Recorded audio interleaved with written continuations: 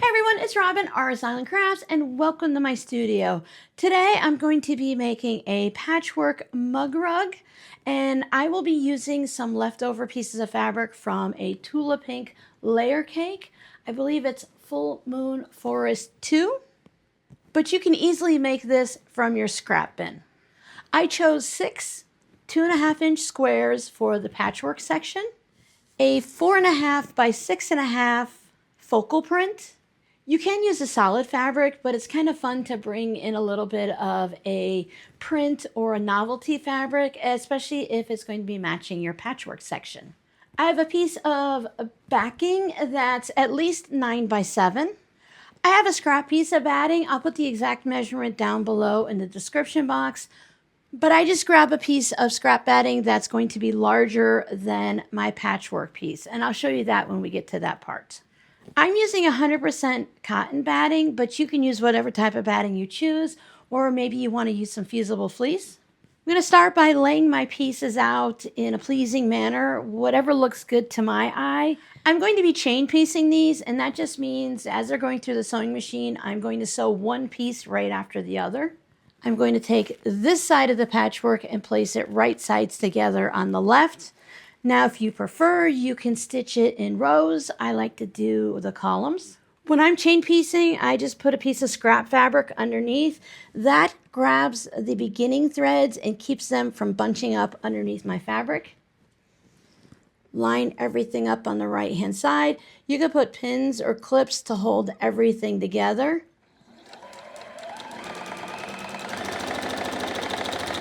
Quarter of an inch seam allowance, 2.0 stitch length, and I will just stitch these 3 pairs, and then if you're making a bunch, it would be really easy to just line them all up and stitch them through.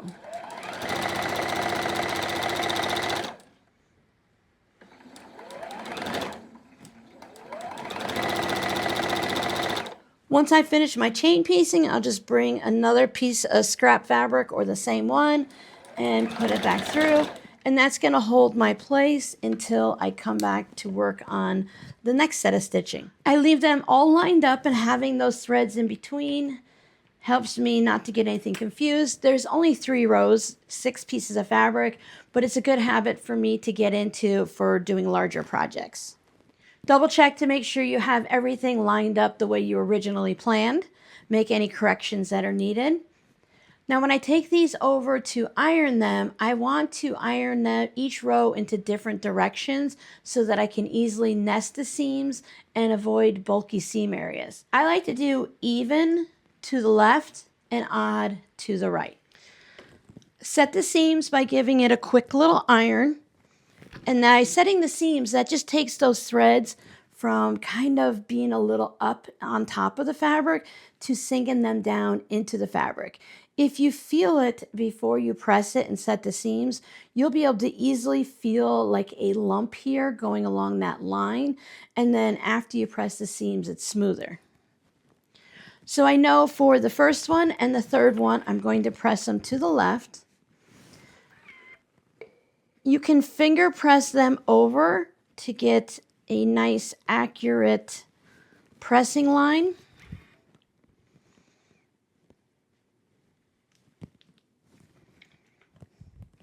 They say we should press and not iron, so don't follow my lead because I can't help myself.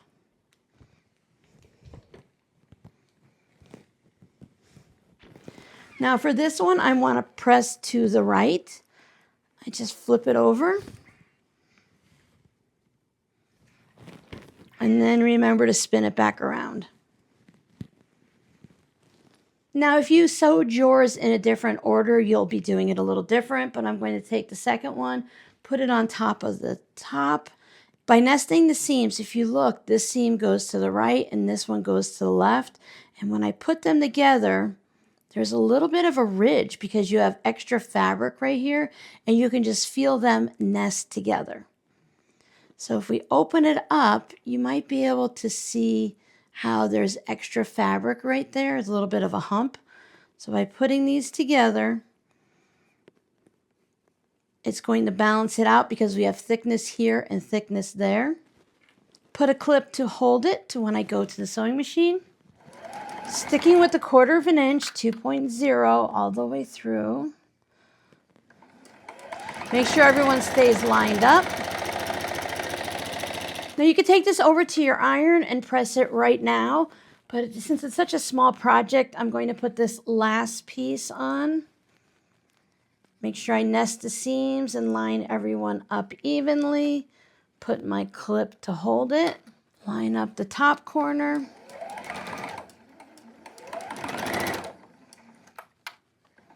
And then once I get to that center seam, I'll line this part up.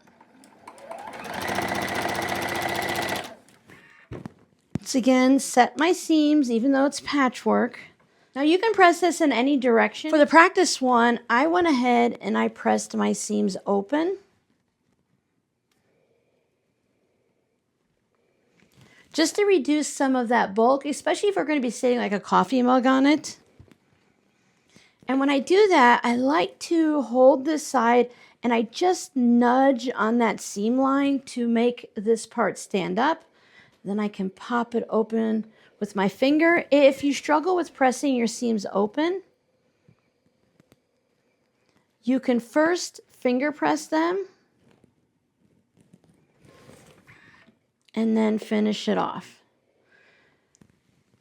Pressing seams is one of those things that it's a personal preference. Some people refuse to press them open. Some people only press them open. It's completely up to you. I always recommend trying it a few different ways on different projects, especially if you're making a bunch of these mug rugs at once. You can go ahead and test out different techniques and then see which one you like. Now I'm putting my accent piece over on the left-hand side. If you prefer, you can put it over on that side. Sticking with the 1/4 of an inch seam allowance, I like to put the patchwork on top so I can keep an eye on the seams.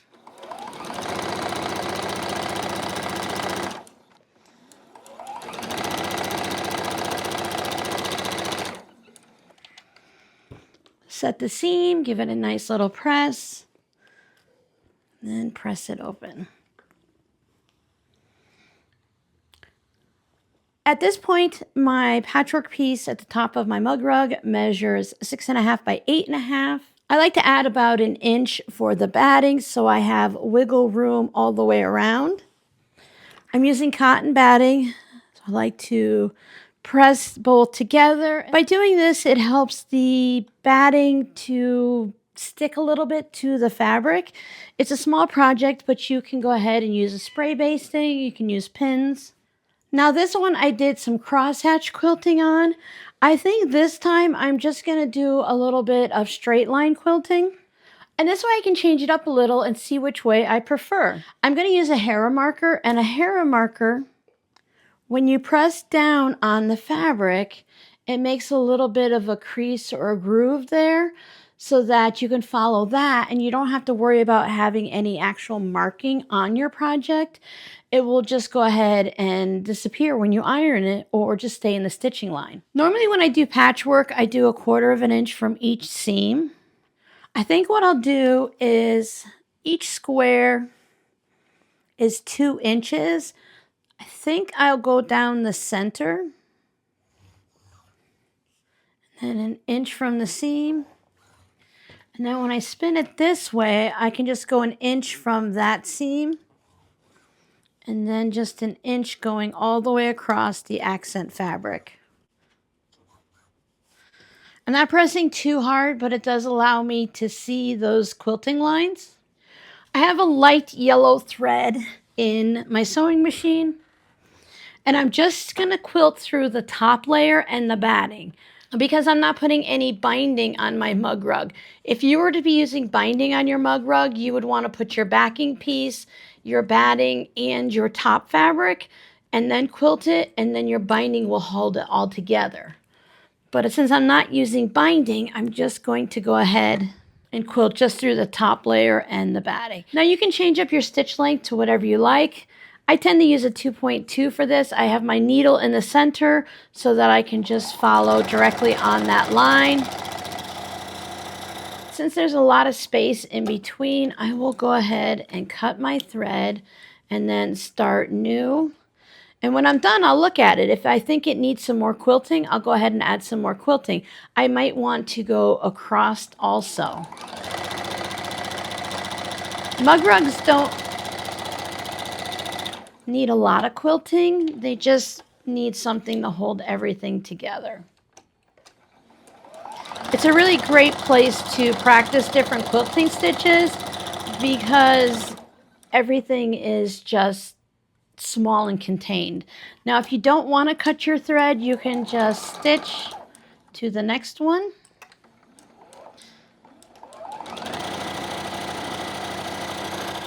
Now, I like the way this is looking, but I can see where my problem is I only have 2 lines of stitching on the patchwork, and I have 3 over here, and these look kind of off. So what I want to do is I want to add some just in between here.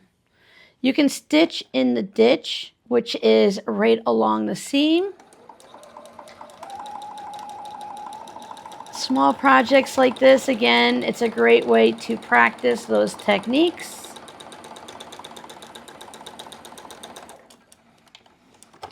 Mug rugs can be decorative. You can hang them on the wall, or you could actually use them. So if they're going to be washed, I'll do stitch in the ditch here also. If they're going to be washed, then you want to make sure everything is going to be held together nicely.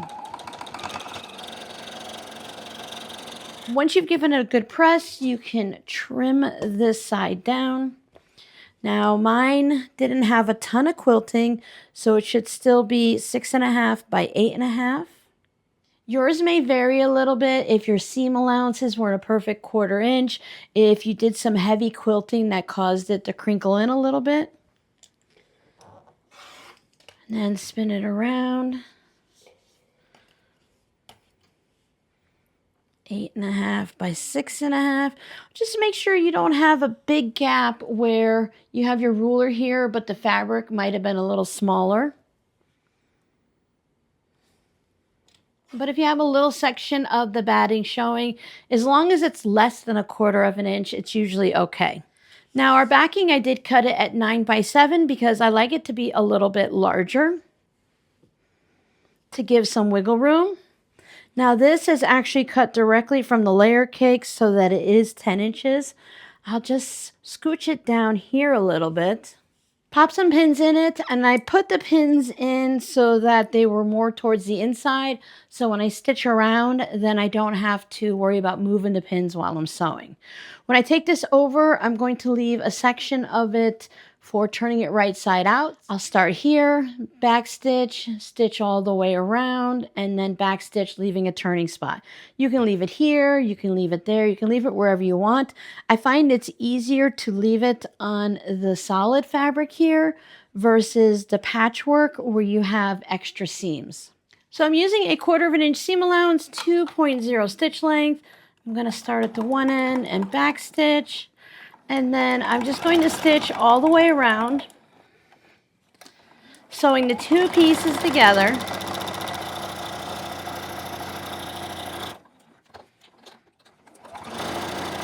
And when you get back to the beginning, stitch down a little bit, and then back stitch. I forgot to turn the camera around, so I just stitched it around again for you guys. So there's my turning hole. Trim off this piece for a future scrappy project. And then just trim right along the batting.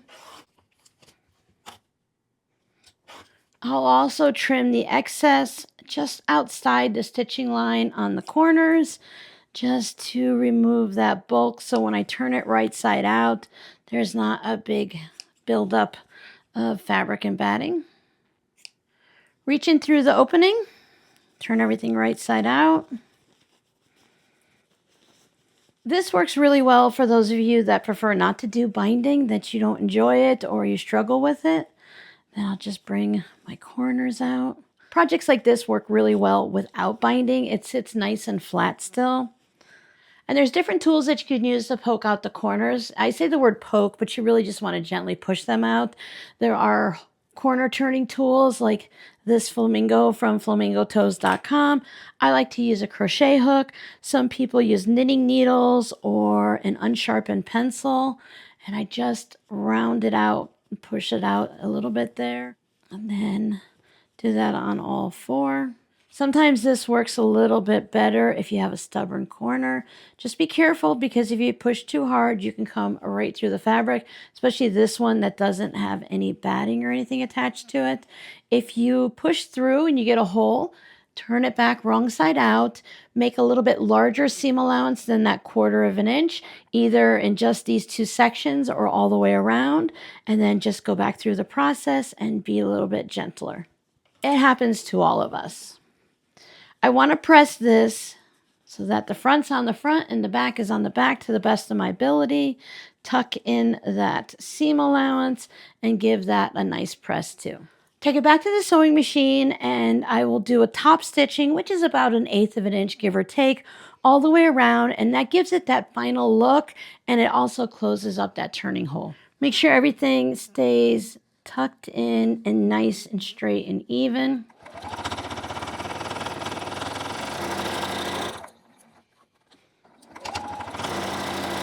And when I get back to my starting spot, I like to go a couple stitches past, back stitch, and finish it off. There it is, all finished. And really, I told you earlier you could put this on either side, but unless you have directional fabric, it doesn't matter. The person you give it to, or you yourself when you use it, you can spin it around any way you want. My fabric is not directional upside down either way. The flowers are kind of going everywhere, so it works out all right. I did add my labels to the back, so you can see the two bright yellow fabrics. There's our two finished pieces.